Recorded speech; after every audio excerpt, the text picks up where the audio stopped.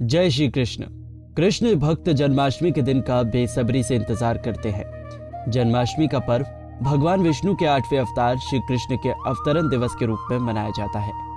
भक्तजन इस दिन जन्माष्टमी का व्रत करते हैं और विधि विधान से श्री कृष्ण के बाल अवस्था के रूप में पूजा करते हैं। तो वहीं इस पवित्र दिन पर बहुत सारे प्रसाद तैयार किए जाते हैं। कुछ जगहों पर कान्हा को 56 भोग भी लगाए जाते हैं। वैसे तो कान्हा जी की पूजा के कई नियम बताए गए हैं, पर सबसे ज्यादा जिस नियम का ध्यान हर किसी को रखना चाहिए वो है लड्डू गोपाल को भोग लगाना। कहते हैं कि जन्माष्टमी पर लड्डू गोपाल को दिन में 4 बार भोग जरूर लगाना चाहिए।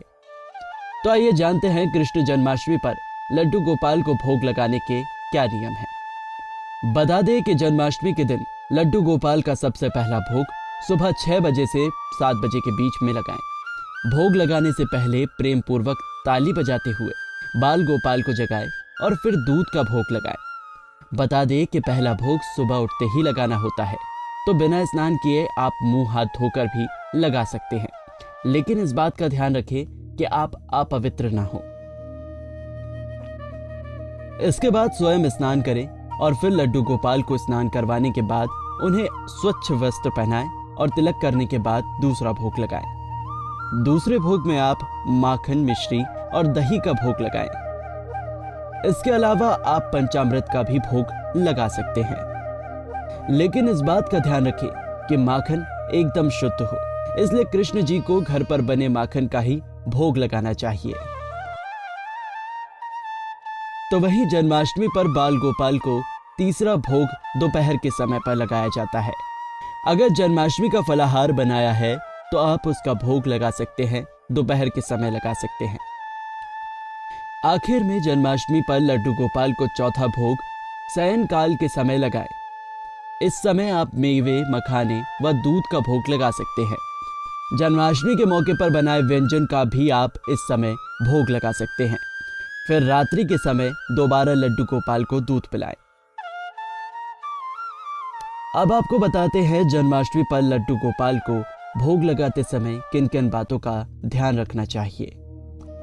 भगवान कृष्ण को भोग लगाने के लिए चांदी के पात्र का प्रयोग करना शुभ रहता है। वैसे जरूरी नहीं है कि आप लड्डू गोपाल को चांदी के बर्तन में भोग लगाएं, बल्कि स्टील के बर्तन में भी भोग लगा सकते हैं।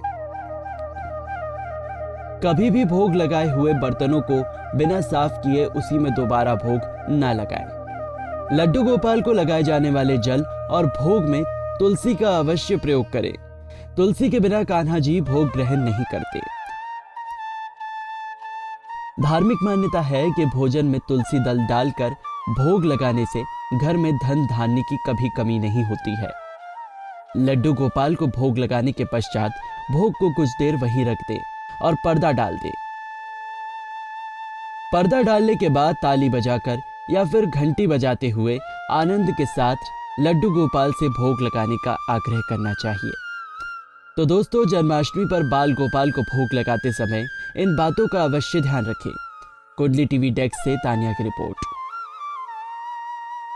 इसी तरह की और भी जानकारी लेने के लिए हमारे चैनल को सब्सक्राइब करें और नई वीडियो की नोटिफिकेशन के लिए बेल आइकॉन दबाएं। अगर आप ये वीडियो फेसबुक पर देख रहे हैं तो वीडियो को लाइक और शेयर करें।